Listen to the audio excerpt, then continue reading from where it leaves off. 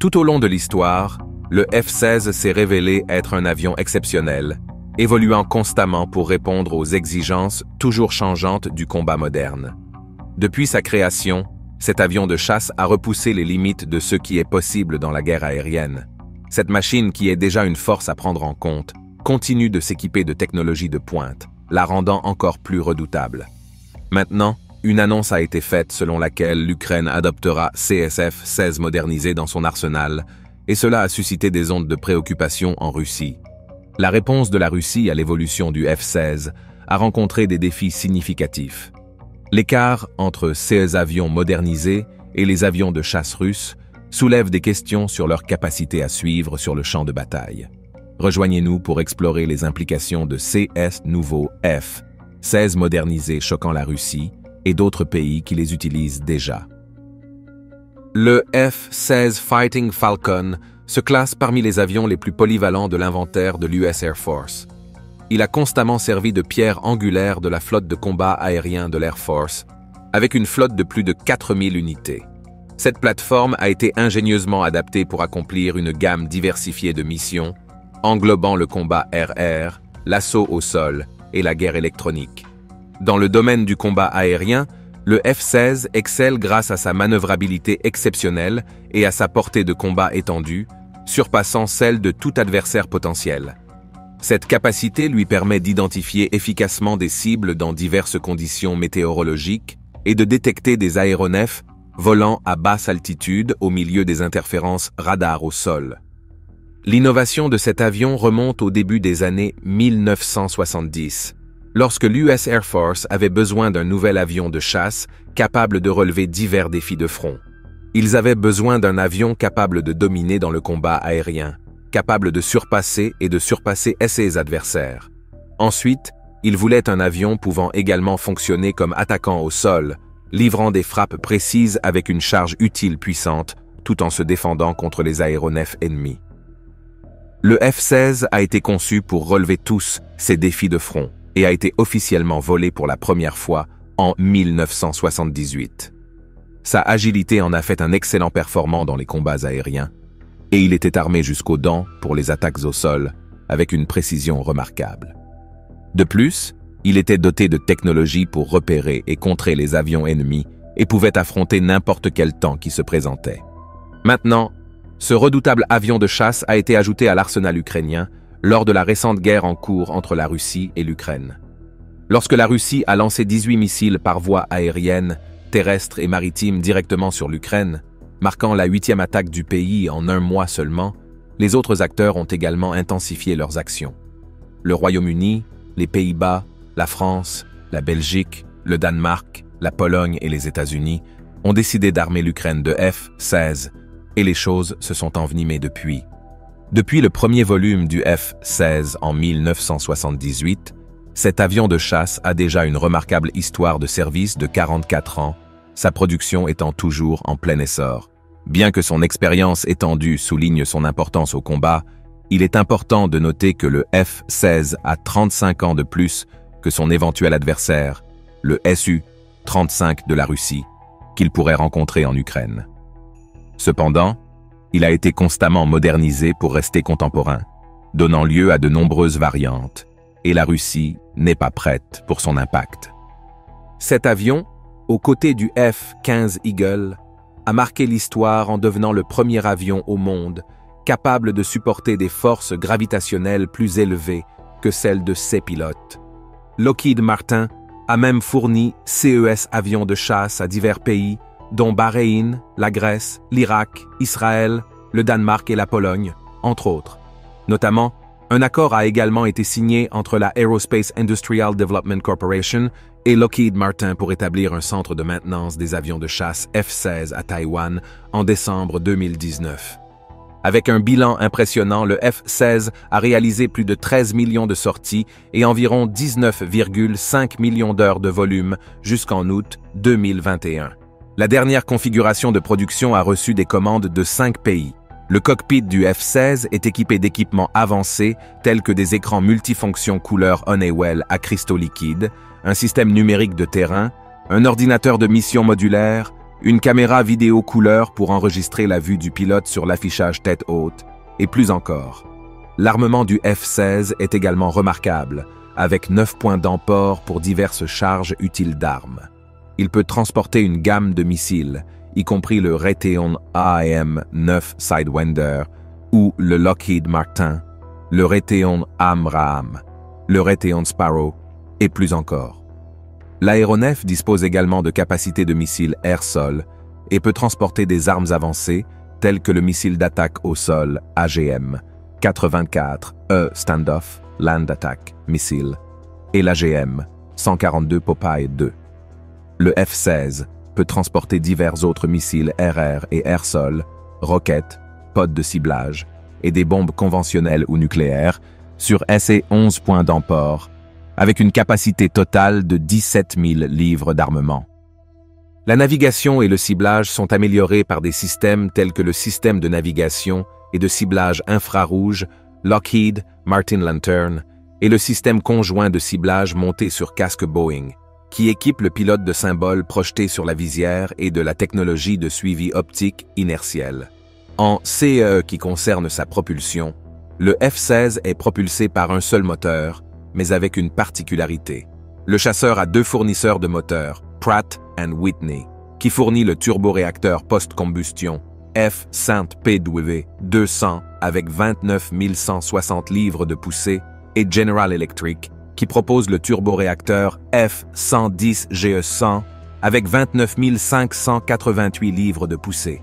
Cette puissance propulse le F-16 à une vitesse maximale d'environ Mach 2,05, une portée maximale de 2620 miles et une impressionnante altitude de volume de 58 000 pieds. En ce qui concerne les caractéristiques de conception, le F-16 a été un précurseur en adoptant un système de commande de volume fly-by-wire, améliorant sa manœuvrabilité. Il a été spécialement conçu pour résister à des forces de 9 grés lors de manœuvres à angles élevés, permettant aux pilotes de pousser leurs compétences acrobatiques à la limite. D'autres innovations comprennent une verrière sans cadre pour une meilleure visibilité, un manche de commande latéral et un siège incliné pour atténuer les effets des forces G sur le pilote. De plus, le F-16 dispose de contre-mesures et de systèmes d'autoprotection éprouvés. Il est équipé de récepteurs d'avertissement radar, de brouilleurs et de systèmes de leurre chaff et infrarouge. Les systèmes radars embarqués, tels que le radar Northrop Grumman APG-68, offrent une gamme de modes air-air et air-sol, faisant du F-16 un avion polyvalent pour une large gamme de missions. Son lien de données Link 16 assure également une communication sans faille avec les forces amicales. Il y a encore plus de fonctionnalités comme le système de positionnement global, la navigation inertielle et les altimètres radars. Une autre mise à niveau intéressante est le côté futuriste du F-16, qui est l'arme laser Shield. Celle-ci est encore en développement par Northrop Grumman, Boeing et Lockheed Martin. Alors que Lockheed Martin est responsable du laser principal appelé Lance, l'avion qui le portera n'a pas encore été officiellement annoncé. Maintenant, il est évident que l'Ukraine bénéficie d'une mise à niveau majeure avec le F-16. Les avions de chasse sont en route pour faire face aux forces russes à haut risque. Le seul défi sera de former les pilotes ukrainiens dans un délai plus court que d'habitude, peut-être aussi peu que 4 mois en raison de l'urgence de la situation. Les mises à niveau et améliorations continues du F-16 reflètent son héritage durable en tant qu'avion de chasse hautement capable et adaptable. En comparant ces caractéristiques avec celles du Su-35 de la Russie, nous pouvons déjà voir pourquoi le chasseur russe ne peut pas le faire face et gagner. Le Su-35 est un avion puissant en soi, mais il ne peut pas rivaliser avec la version modernisée du F-16 qui en a fait une munition redoutée. Le chasseur Su-35 est entré en service dans l'armée de l'air russe en février 2014 et c'est essentiellement une version modernisée du design du Su-27 Flanker, qui était un avion de chasse classique. Ce mouvement a marqué le début de ce qui est connu sous le nom de « Génération 4++ » des avions de combat. Tout comme son prédécesseur, le Su-27 a été conçu pour affronter le F-15 Sea Eagle américain et dominer les cieux au-dessus de l'Europe. Le rôle principal du Su-35 étant d'être un interprète de premier plan dans des situations de combat RR. L'aéronef possède en effet une manœuvrabilité incroyable pour des manœuvres aériennes fantaisistes, une vitesse impressionnante, des capacités à longue portée et une technologie avancée qui en fait une puissance tactique, et il se fait sentir dans le conflit ukrainien. Les pilotes ukrainiens ont du mal à le contrer, mettant en évidence l'efficacité du Su-35 dans le combat RR. Mais c'est aussi la raison pour laquelle les États-Unis permettent à l'Ukraine d'avoir le F-16, afin qu'ils puissent égaliser et même surpasser la Russie dans leur lutte pour la supériorité aérienne. Bien que le Su-35 dispose de capteurs furtifs qui peuvent repérer des avions ennemis sans être repérés, et de missiles à longue portée qui peuvent atteindre des cibles à plus de 60 000 de distance, les avions de chasse F-16 sont équipés de missiles avancés de moyenne portée, tels que l'AIM-120 des États-Unis. Comme mentionné précédemment, le seul défi sera de former les pilotes ukrainiens à utiliser l'avion, car même les pilotes expérimentés ont besoin de temps pour apprendre les ficelles, de la façon dont l'avion se manœuvre à la manière de l'utiliser dans un combat. La coalition est désormais en action depuis que les premiers ministres, Rishi Sunak du Royaume-Uni et Mark Rutte des Pays-Bas, ont lancé le processus le 16 mai. Peu de temps après, les États-Unis ont rejoint l'initiative, annonçant leur participation à la formation des pilotes ukrainiens pour piloter les chasseurs F-16. Le Danemark a également pris des mesures, lançant la formation de 8 pilotes ukrainiens pour piloter CES avions. Les pilotes sont arrivés sur une base aérienne danoise, accompagnés de 65 personnels apprenant l'entretien et la maintenance. La Grèce participe également à la formation. Même avec toute cette formation, le porte-parole de l'armée de l'air ukrainienne met en garde contre le fait que la maîtrise des F-16 ne se fera pas d'ici l'hiver. La formation des pilotes pourrait prendre environ 6 mois, contrairement à la suggestion précédente de 4 mois, tandis que le calendrier pour les ingénieurs et les mécaniciens reste encore incertain. L'objectif est que les pilotes et l'équipage ukrainien soient prêts au combat avec les F-16 d'ici le début de l'année prochaine, comme discuté par les dirigeants de l'OTAN en juillet. Heureusement, l'aéronef est depuis longtemps dans le viseur de l'Ukraine en raison de ses capacités puissantes et de son accessibilité mondiale.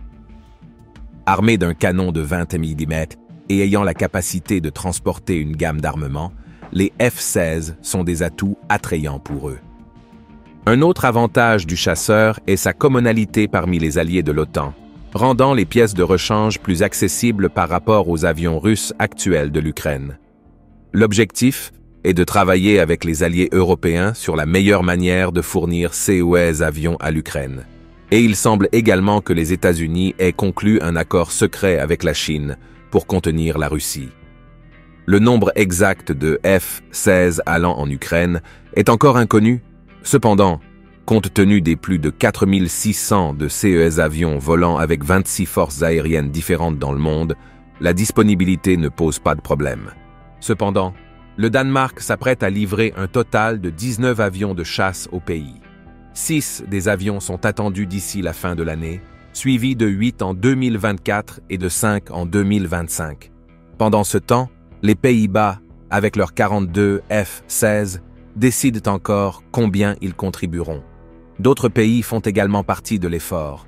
Le Portugal, la Roumanie et la Belgique possèdent également des F-16 similaires à ceux fournis par le Danemark et les Pays-Bas, offrant une plateforme d'entraînement cohérente pour les pilotes ukrainiens. Au début de la guerre, Moscou avait presque 1200 avions selon les informations du groupe de réflexion du ISS. Pendant ce temps, Kyiv, la capitale de l'Ukraine, avait un stock beaucoup plus petit, environ 120 anciens avions de l'ère soviétique. C'est la principale raison pour laquelle il est difficile pour l'Ukraine de maintenir sa force aérienne prête à intervenir. Lorsque vous êtes en lutte, vous voulez autant d'avions que possible opérationnels. Mais parce que le pays a un nombre limité d'avions, ils se sont concentrés sur leur défense aérienne. De plus, les missiles ukrainiens n'ont pas autant de portée que ceux des avions russes actuellement, créant un champ de bataille inégal. Maintenant que l'Ukraine reçoit autant de soutien, les appréhensions de la Russie sont évidentes, mettant en garde contre le fait que la fourniture d'avions à l'Ukraine pourrait intensifier le conflit. La Norvège envisage une démarche similaire, bien que les détails soient en attente. Et ce n'est pas tout. L'Ukraine explore la possibilité d'obtenir des avions de chasse Gripen fabriqués en Suède, engagée dans des discussions avec la Suède. La Suède a autorisé les pilotes du pays à tester son chasseur Gripen, tout en reconnaissant également la nécessité de protéger son propre espace aérien.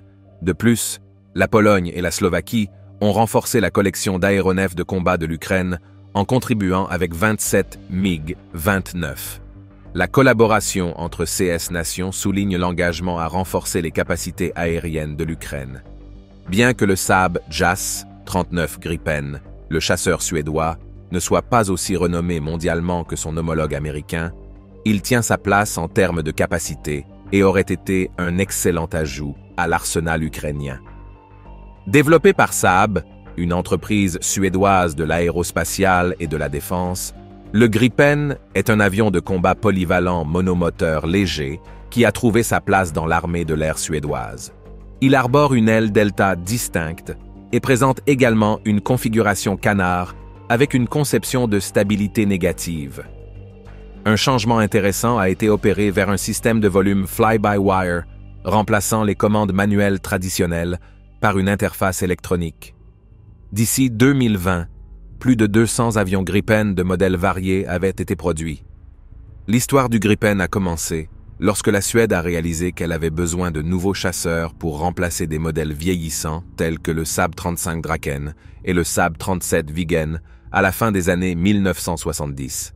Ils cherchaient une option moins chère, plus rapide avec de bonnes performances sur des terrains courts, en envisageant un plan de basing dispersé défensif.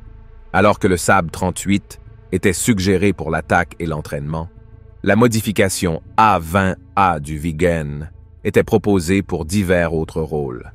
Ce n'est qu'en 1987 que le Gripen a été dévoilé, commémorant le 50 anniversaire de Saab. Cependant, son premier volume a été retardé de 18 mois en raison de problèmes avec le système de commande de volume. Des préoccupations concernant l'avionique, en particulier le système de commande de volume fly-by-wire et la conception de stabilité relâchée, ont émergé lors des tests. Un crash malheureux lors d'un atterrissage en 1989 a également incité Saab et la société américaine Calspan à introduire des modifications logicielles. En 1995, un partenariat entre Saab Military Aircraft et British Aerospace a été formé pour adapter, produire, commercialiser et soutenir le Gripen à l'échelle internationale. Tout comme la Suède l'avait prévu, cet avion se distingue par sa taille compacte et son efficacité économique. Bien qu'il soit difficile de calculer les coûts exacts, le Gripen aurait eu un coût de fly-away de moins de 60 millions de dollars. Il est réputé pour avoir un coût opérationnel relativement bas parmi les avions de chasse modernes. En termes de performance, il peut décoller avec un poids maximal et accélérer jusqu'à Mach 2. Notamment, il a une capacité de supercroisière et une portée d'environ 1500 km. Sa puissance de feu est également impressionnante, car il est le premier chasseur à transporter le redoutable missile Air-Air Meteor, avec une portée allant jusqu'à 80 miles. En ce qui concerne sa réputation, le Gripen est reconnu pour ses écrans conviviaux et son interface simple, facilitant la tâche des pilotes. De plus, il est équipé de nacelles de guerre électronique, qui renforcent ses capacités de brouillage à bord. Cela le rend efficace pour la suppression ou la destruction de la défense aérienne ennemie lors des missions. Maintenant, il a trouvé des foyers internationaux dans des pays comme la Hongrie, la République tchèque, la Thaïlande, le Brésil et l'Afrique du Sud. Malheureusement, la Suède ne pourra peut-être pas déployer certains de ses chasseurs en Ukraine malgré ses capacités, mais les MiG-29 contribueront également dans une large mesure. En effet, l'Ukraine a toujours eu cet avion de chasse en stock, mais les exemplaires supplémentaires fournis par la Pologne et la Slovaquie viendront s'ajouter au nombre décroissant d'aéronefs dans l'arsenal du pays. Le Mikoyan MiG-29, affectueusement surnommé le Fulcrum, a été fabriqué par le bureau de conception Mikoyan en Union soviétique le 6 octobre 1977. Le volume inaugural de l'aéronef a eu lieu ce jour-là, avec une production commençant en 1981. 2 ans plus tard, il est entré officiellement en service et plus de 1600 MiG-29 ont été produits depuis lors. Ce chasseur s'est avéré être un bijou dans l'arsenal de l'aviation russe. Ses capacités couvrent un large éventail, du combat air-air aux attaques au sol et aux missions de reconnaissance. Cette adaptabilité a également conduit à la création de variantes telles que le MiG-29M, le MiG-29K et le MiG-35. L'objectif de créer un avion agile et maniable, capable de surpasser ses adversaires dans le combat aérien, a été réalisé dans le chasseur grâce à une configuration d'ailes balayées qui facilite une grande manœuvrabilité à des vitesses élevées et basses. De plus, le MiG-29 est propulsé par les moteurs turbofan Klimov RD-33, lui conférant une vitesse et une poussée remarquables. Le MiG-29 n'est pas un gros avion, mais sa taille compacte est un avantage. C'est l'arme secrète qui lui permet d'atteindre une grande manœuvrabilité, basculant autour de 24 030 livres à vide. Avec ses 2 moteurs RD-33, il peut atteindre des vitesses allant jusqu'à 1518 miles par heure, ce qui n'est pas une mince affaire. Il peut également opérer à des altitudes élevées grâce à son plafond de service de 10,56 miles. De plus, il peut parcourir des distances considérables sans ravitaillement, en faisant un véritable cheval de trait.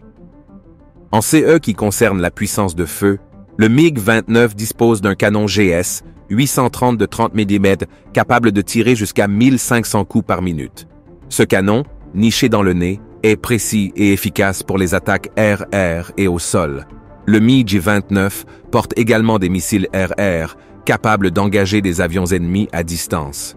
Il est équipé pour transporter jusqu'à 2 missiles moyennes portées R-27R ou R-27T et jusqu'à 4 missiles courte portée R-60 ou R-73 pour des scénarios de combat rapprochés. Malheureusement, ces portées ne sont rien comparées au principal chasseur de la Russie, le Su-35, comme mentionné précédemment. De plus, les MiG-29 ont été fabriqués en Russie, donc il n'y a rien dans ces capacités qui surprendrait les soldats russes, contrairement aux F-16 qu'ils n'ont pas encore manipulés. Ils s'inquiètent de cette intervention, et le ministre russe des Affaires étrangères, Sergueï Lavrov, a récemment commenté la question des chasseurs F-16 construits par les États-Unis et de leur potentiel à transporter des armes nucléaires. S'exprimant sur une base militaire à Dushanbe, au Tadjikistan, il a souligné que certaines versions du F-16 sont capables de transporter des armes nucléaires et ne devraient pas être déployées en Ukraine. Cependant, interrogé à ce sujet, le porte-parole de la Maison-Blanche, John Kirby, a choisi de ne pas approfondir les capacités nucléaires des chasseurs F-16. Il a plutôt insisté sur la position constante du président Joe Biden contre une escalade du conflit, en particulier dans le domaine de la confrontation nucléaire. Kirby a également suggéré que si la Russie est vraiment préoccupée par les capacités militaires de l'Ukraine, elle devrait envisager de retirer ses troupes du territoire du pays. De plus, les États-Unis fournissent uniquement une formation aux pilotes ukrainiens et n'ont pas encore décidé d'envoyer leurs propres avions de chasse F-16 en Ukraine. Cette décision a été prise uniquement par le Danemark et d'autres pays déjà mentionnés. Une fois que l'Ukraine commencera à utiliser ses avions de chasse, les plans d'invasion de la Russie seront destinés à l'échec. Merci de nous avoir suivis. Pendant que vous êtes encore ici, consultez le lien à l'écran pour regarder une autre vidéo intéressante. À bientôt.